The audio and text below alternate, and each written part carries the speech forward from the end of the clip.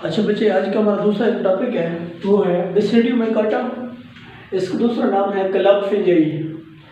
तो आज हम ये देख लेते हैं कि बेसिडियम मैकाटा को हम बेसिडियम मैकाटा क्यों नाम देते हैं और हम इनको क्लब शेप्ड फिंजई भी क्यों कहते हैं।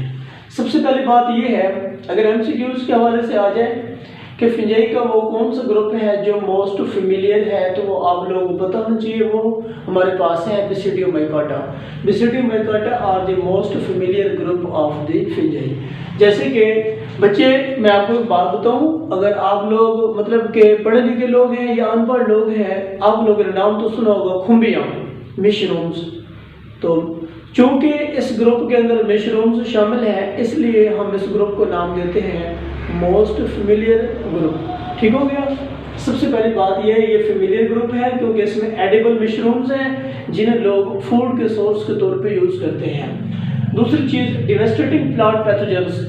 इस ग्रुप के अंदर वो प्लांट के पैथोजेंस भी हैं जो प्लांट के अंदर मुख्तलिफ किस्म की बीमारियां काज करते हैं।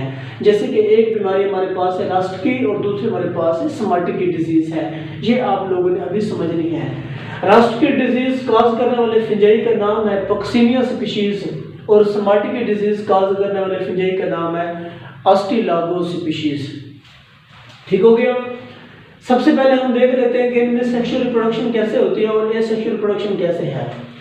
इनमें सेक्सुअल रिप्रोडक्शन के दौरान एस्कोमाइकाटा की तरह हैप्लॉइड सेक्सुअल स्पोर्स बनते हैं जिन्हें कहते हैं बेसिडियोस्पोर।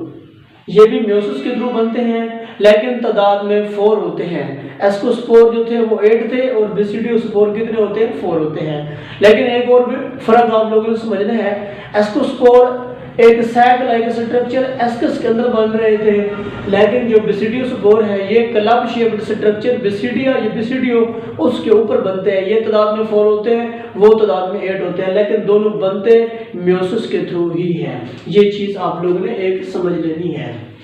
एक और बात इन्हें बता दो कि इनमें एसेक्सुअल रिप्रोडक्शन जो है वो अनकॉमन होती है।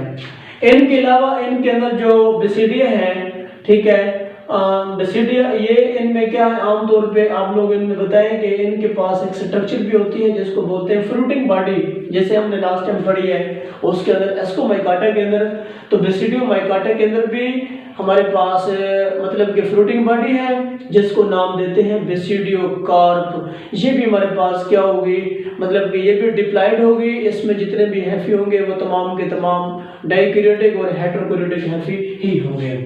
इनके अलावा आप लोग एक डेफिनेशन समझ लें, रस्ट और स्मट में क्या फर्क है। रस्ट क्या होते हैं? Numerous rusty orange yellow colour disease spots on their host. बाज़ दफा होस्ट प्लांट कौन से हैं? वीट, कॉर्न, राइस एंड राई प्लांट। इनके पत्तों और तनों के ऊपर आप लोग कभी कभी ब्लैक किस्म का पाउडर देखते हैं। ये आमतौर पे जो पाउडर होता है ये एक मतलब इस बीमारी को हम नाम देते हैं रस्ट डिजीज। और एक फिंजई है जिनका नाम है पक्सीनिया स्पीशीज। ये प्लांट के पत्तों को और तनों को क्या करते हैं? डैमेज करते हैं। अगर प्लांट के पत्ते और उनके तने डैमेज हों, इस बीमारी को नाम देते हैं रस्ट डिजीज। इसके अलावा एक और स्मट डिजीज के अंदर प्लांट के जो ऊपर जहां दाने वगैरह लगते हैं जिसे हम बोलते हैं कर्नल मेम्ब्रेन्स, वहां पे चाहे वो आपके पास कॉर्न हो, चाहे आपके पास वीट हो, राइस हो, या चाहे आपके पास हो राई प्लांट हो, उनके ऊपर कभी कभी आप लोग क्या करते हैं? ब्लैक डस्टी स्पोर्स देखते हैं, डस्ट कलर का स्पोर्स, ब्लैक स्पोर्स देखते हैं। कौन से प्लांट के ऊपर? वीट, कॉर्न, राइस एंड राई प्लांट। अगर इन प्लांट के कर्नल मेम्ब्रेन जहां दाने बनते हैं जिसे हम सिट्टा कहते हैं, अगर ये वहां पे होंगे तो इसको हम नाम देंगे अस्टिलागो। तो आप लोग आगे चल के बच्चे पढ़ेंगे, अगर ये हमारे पास जो है ना ये स्मार्टर डिजीज गंदम के मुतल्लिक हो, फिर हम इसको नाम देते हैं अस्टिलागो टीटीसी। अगर ये कॉर्न के मुतल्लिक हो, फिर हम इन्हें नाम देते हैं अस्टिलागो मेडिस। ये आप लोगों ने अच्छी तरह से समझ लेना है। अब जो कुछ भी हमने यहाँ से चीजें पढ़ी हैं वो जरा हम थ्योरी के थ्रू कंट्रोल करने की कोशिश करते हैं। बच्चे सेम उसी तरह जैसे इसको स्पोर पढ़े थे, ये हमारे पास स्पोर्स पढ़े हैं जिन्हें कहते हैं बेसिडियोस्पोर। ये स्पोर्स भी सेक्सुअल रिप्रोडक्शन के थ्रू बनते हैं और ये होते हैं हैप्लॉइड होते हैं। ये जर्मिनेट जब करते हैं तो ये मुख्तलिफ किस्म के हैफी बना देते हैं, जैसे ये हैफी पड़े हुए हैं, ये सारे हैफी हैं। हर हैफी के पास एक ही किस्म का न्यूक्लियस है, इसलिए हम इनको नाम देते हैं यूनिन्यूक्लिएट हैफी। ये हैफी बहुत सारे हैं, इनमें से दो हैफी यहाँ पे आपस में फ्यूज कर रहे हैं क्योंकि सेक्सुअल रिप्रोडक्शन हम इनमें देख रहे हैं। तो जब दो हैफी आपस में मिलते हैं, उनकी बॉडियां मिलती हैं, हैफी के बॉडी के मिलने को बोलते हैं सोमैटोगैमी। सोमैटोगैमी के फौरन बाद इनमें साइटोप्लाज्म भी मिलता है, उसे हम नाम देते हैं प्लाज्मोगैमी। बच्चे ये मैं बार बार आप लोगों को बता चुका हूँ, सेक्सुअल रिप्रोडक्शन के अंदर एस्कोमाइकाटा और बेसिडियोमाइकाटा, इसके अलावा एक और है ज़ाइगोमाइकाटा। ज़ाइगोमाइकाटा के अंदर साइटोप्लाज्म के फौरन मिलने के बाद उनमें न्यूक्लियस मिल जाता है, जबकि एस्कोमाइकाटा और बेसिडियोमाइकाटा में साइटोप्लाज्म के मिलने के फौरन बाद कैरियोगैमी नहीं होती। इसलिए इनके अंदर पहले क्या हो जाएगा, हैफी मिलेंगे तो नाम देंगे सोमैटोगैमी, साइटोप्लाज्म मिलेंगे तो नाम देंगे प्लाज्मोगैमी। कुछ टाइम के बाद इनका जो है वो साइटोप्लाज्म और न्यूक्लियस भी जाके मिलेगा, फिर इसको नाम हम देंगे कैरियोगैमी। देखो यहाँ भी दो किस्म के न्यूक्लियस पड़े हैं, इधर भी दो किस्म के पड़े हुए, इधर भी, यहाँ भी शो करने आप लोगों ने, इधर भी दो किस्म के हैं, दो न्यूक्लियस, यहाँ भी हर जगह पे दो न्यूक्लियस शामिल हैं। लेकिन हर जगह पे दो किस्म के न्यूक्लियस है और न्यूक्लियस आपस में को एग्जिस्ट कर रहे हैं। जहां भी दो न्यूक्लियस मिलेंगे, जैसे यहाँ पे मिल गए दो न्यूक्लियस, यहाँ पे मिले हुए, वहां पे ये वाले स्ट्रक्चर बनी हुई, ये वाले, इस स्ट्रक्चर को हम नाम देते हैं रिप्रोडक्टिव स्ट्रक्चर, और इसको हम कहते हैं बेसिडिया या कहते हैं बेसिडियो।